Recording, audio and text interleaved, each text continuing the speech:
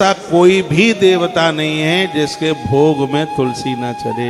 तुलसी के बिना भोग लग ही नहीं सकता। अरे मैं बोल तो रहा हूं, ऐसा कोई एक महादेव की बात नहीं, अरे मैं सबकी बात कह रहा हूं। भोग में भोग तुलसी के बिना किसी देवता का भोग लगता ही नहीं है। तुलसी के बिना कोई भोग। मैंने कहा था ना, कामधेनु गाय के घी से भी यदि आपने पदार्थ तैयार किए हैं और यदि उसमें तुलसी नहीं है, भोग लगता नहीं है। एक बहुत बड़ी गलती लोग कर जाते हैं, 56 थाल रखे हैं तो एक ही टुकड़े में से पत्ते तोड़ तोड़ करके वो सब थाल में डालते हैं। पत्ती तुलसी के पत्तों का खंड खंड करना ये बहुत बड़ा अपराध है। 56 थाल रखे हैं आपके बीच में, एक ही थाल में तुलसी का पत्ता पूरा रख दो, उसके खंड खंड मत करो।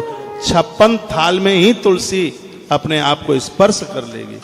मैंने देखा ऐसे ऐसे छोटे छोटे टुकड़े तोड़ तोड़ करके डालेंगे, ये बिल्कुल गलत है। समझ लीजिए, इस बात को सुन लीजिए।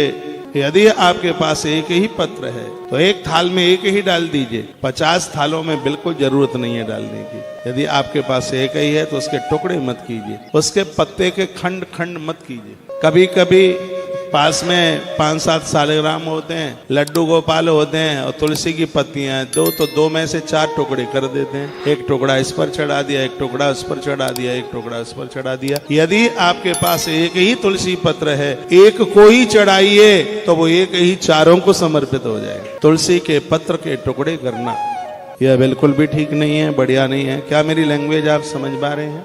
मैं कार्तिक महीने में कुछ तुलसी महात्म्य की बात आपको निवेदन कर रहा हूँ। तुलसी माँ का जन्म कैसे हुआ, कैसे प्रकट हुई, वह भी बात आपके बीच में मैं रखूंगा। एक बात और निवेदन करूंगा। इसी पद्म पुराण में लिखा है कि तुलसी की सूखी लकड़ी से उस पर रुई और घी लगा करके यदि आप एक दिया जलाते हैं तो एक दिया तत्काल 10,000 दीपक जलाने के बराबर हो जाता है। यह बात एक बार मैं फिर रिपीट कर रहा हूँ।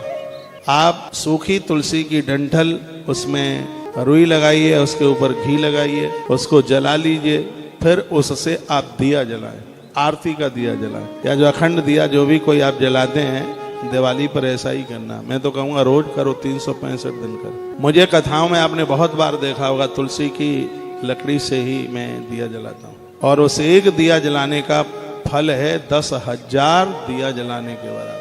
किसी व्यक्ति ने कितने भी अपराध किए हैं, यदि उसकी अर्थी में तुलसी की लकड़ियां लगा दी जाएं तो यमराज के दूतों का कष्ट न झेलता हुआ तो भगवान बैकुंठनाथ के दरबार में चला जाए। एक और बात सुन लीजिए, जो तुलसी की लकड़ियां जला करके भगवान को भोग बनाते हैं, चूल्हा तैयार कर लो, सूखी तुलसी, तुलसी की लकड़ी जलाकर, अपने लिए नहीं भगवान के लिए, तुलसी की लकड़ी जला करके भगवान का जो भोग बनाते हैं, ठाकुर जी को भोग लगाते हैं, 1000 वर्ष तक भगवान के भोग लगाने में यदि कोई अपराध हो जाता है तो 1000 वर्ष तक की गलतियां माफ हो जाती हैं।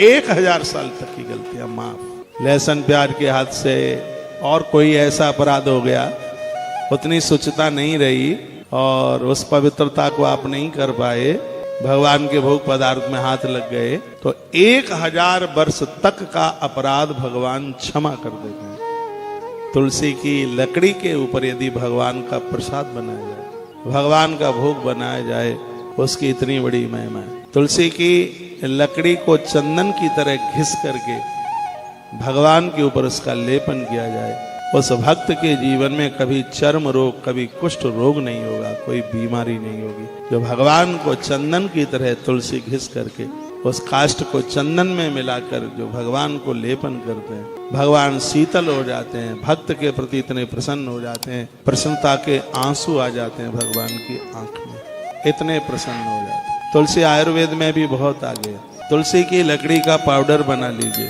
और उसको ताजी पानी या हल्के कुनकुने पानी के साथ रोज आप उसको लेते रहिए, आपके पेट की कोई बीमारी नहीं रहेगी। थायराइड के लिए तो ये रामबाण बन जाएगा, कोई बीमारी ये रहने ही नहीं देगी। इसकी पत्तियां भी बहुत फायदा करती हैं, आंख की जोत बढ़ा देती हैं, पेट की